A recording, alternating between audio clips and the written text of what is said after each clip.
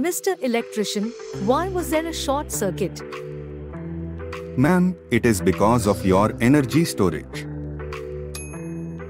How does that even make sense? Oh, sorry, then it might be because of the overload in electric supply.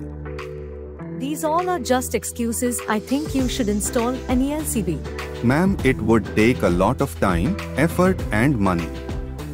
Yeah, but my family would be safe. But ELCB is used only for commercial and industrial purposes.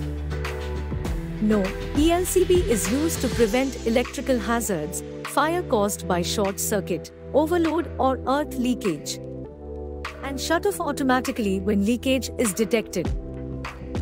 Oh, you know everything. I will install the ELCB then. Don't let anyone fool you. According to Section 61A of the Indian Electricity Rules, it is mandatory for all consumers having an electricity load of 5 kilowatts and above to have an ELCB installed at their premises. Choose technology over suggestions. Always be smart and choose the better one.